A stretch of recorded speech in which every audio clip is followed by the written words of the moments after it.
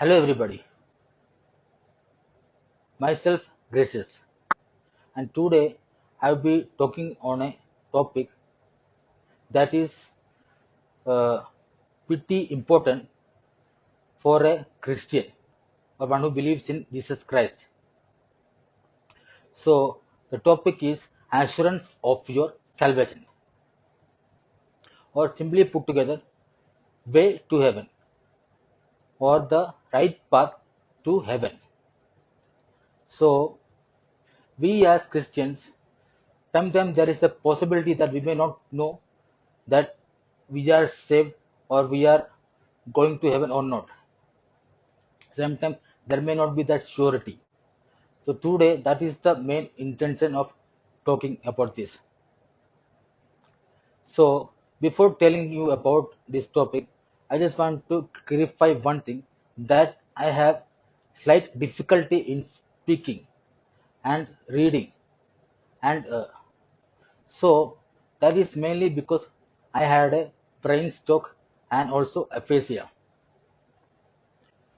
Around about 5 years back, I had my brain stroke. And if you want to know more about that, I will put a link of that in the description down below. Now, to focus on the important topic, that is about the assurance of your salvation. The first word that we will read is in Hebrews 11:1. Now, faith is the substance of things hoped for and the evidence of things not seen. So, through this word, we can understand that faith is something that we currently don't see, but we hope for that. So, in reference to salvation or in reference to going to heaven, faith is something that we believe as of today, that after we die, we will go to heaven. And it is a surety about that. Now, to tell you more in deep about that, let's go to First John 5:13. It says in that, and these things I have written unto you, that you may believe in the name of the Son of God, and that you may know that you have eternal life. That if you may believe on the name of the Son of God. So from this we have that assurance that if we believe on the name none of God, we have eternal life, a life that never ends. So for that, first we need to admit that we are a sinner. So that is in Romans 3:10. It is written, as it is written, for there is none righteous, none that do good, no one. So it is saying there is nobody in this world who is righteous or who is a just man.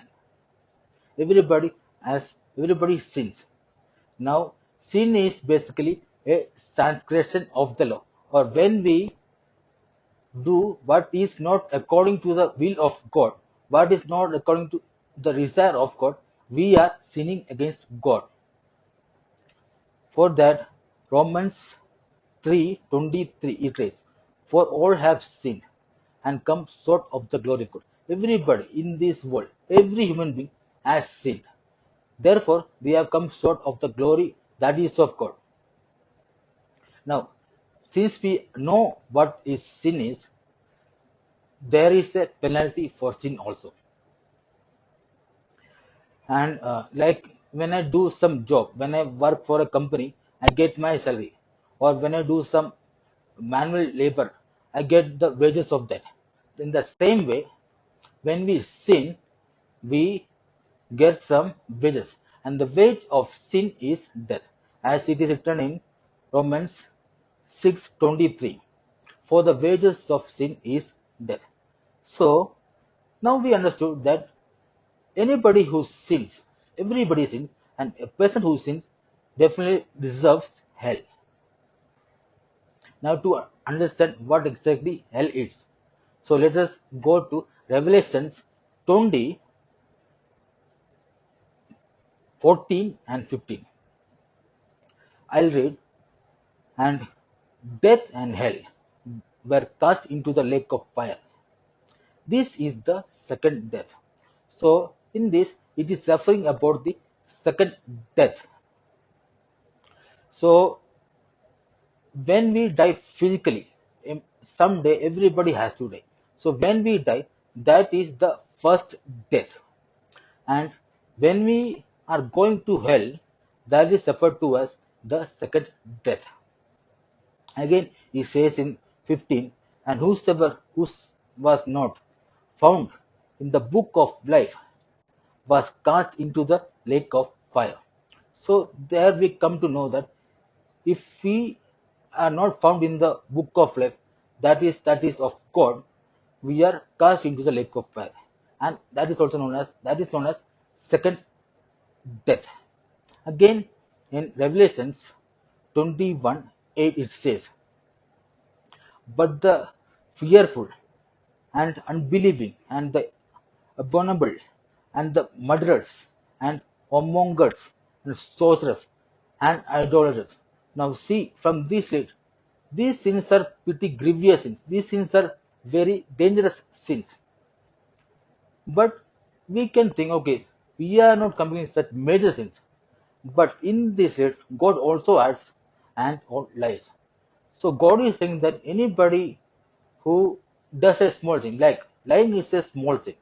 So even if you lie, we are going to the lake of fire, that which is known as the second death.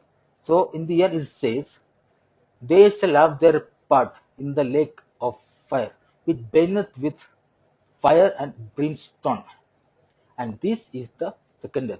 So God is saying clearly that this is the second death, or also known as hell. And in James 2:10 it says, for whosoever shall keep the whole law and yet offend in one point is guilty of it. So Bible clearly is mentioning here that even if we do all commandments, we follow all the commandments that is written in Bible, and yet we miss one commandment that is in the Bible, we are guilty of all the commandments. We are guilty of every other commandment. God is saying that. Now, now that we understood that everybody deserves hell, so then what shall we do? So the answer to that is in accepting the salvation, which is a gift. Again, it says in Romans 6 6:23, for the wages of sin is death, but the gift of God is eternal life through Jesus Christ our Lord. So God is saying that there is an opportunity for us, we who want to get in heaven. That opportunity is through Jesus Christ our Lord. And through Him, through the gift that we get through Jesus Christ, we have eternal life, a life that never ends. That is what it means by eternal life. Says in Ephesians 2:8 and 9. For by grace you are saved through faith, and not of yourself, but it is a gift of God, not of works, lest any man should boast. So again, in this word, God is saying that we are saved by grace of God through faith. So it is not something that we can achieve. We cannot go to heaven by our good things, by something that we do. So therefore, God is saying that it is a gift of God and not of us. What does works mean? Works means that we do some sort of work. So Bible clearly mentions that not of works. So if we say that we are going to heaven by our doing some works, then God is saying that you cannot go to heaven because you are not taking the salvation which is as a gift, but working for that salvation, trying to achieve by doing many things. and God doesn't want that to happen with anybody, so that they may boast and say, I am going to heaven because these are things I did. So God doesn't want that to happen with anybody. So by definition, what does gift mean? Let me give you an example. Let's say I have a Bible with me, and let's say today is your birthday. So I will give you one Bible, which cost me around 100 rupees, and I am freely giving the Bible to you. And you say that you will give me 100 rupees for this Bible. Then it is not a gift. Why? Because you paid the money, you paid something for that gift. So then there is no gift associated with that. Gift means something that you give freely and the other person receives that gift on their own will. And to understand more about the works, let us go to the Old Testament. In Jonah 3:10 it says, and God saw their works, that they turned from their evil way. So in this, God is saying that He saw their works. So God is saying, as we came to know earlier, that we should not boast on our works, or we should not say, I am going because of my works. So therefore, we clearly understood what exactly works mean. Now let's go to Matthew 21:32. For John came unto you in the grace of uh, righteousness, and you believed him not. But the publicans and the harlots believed him, and yet, when they had seen him, repented, and after not, that they may believe him. So basically, from this word, it says that if you believe, you receive the gift, and if you don't believe, you don't receive the gift. So now let us understand what exactly repentance means. Repentance is a change of your mind. So repentance in reference to salvation means from unbelief to believing on God, or unbelief to believing, or from something doing something wrong to believing on Jesus Christ, or trusting on some religion to believing on Jesus Christ. That is what means to repent. Repent of that sin.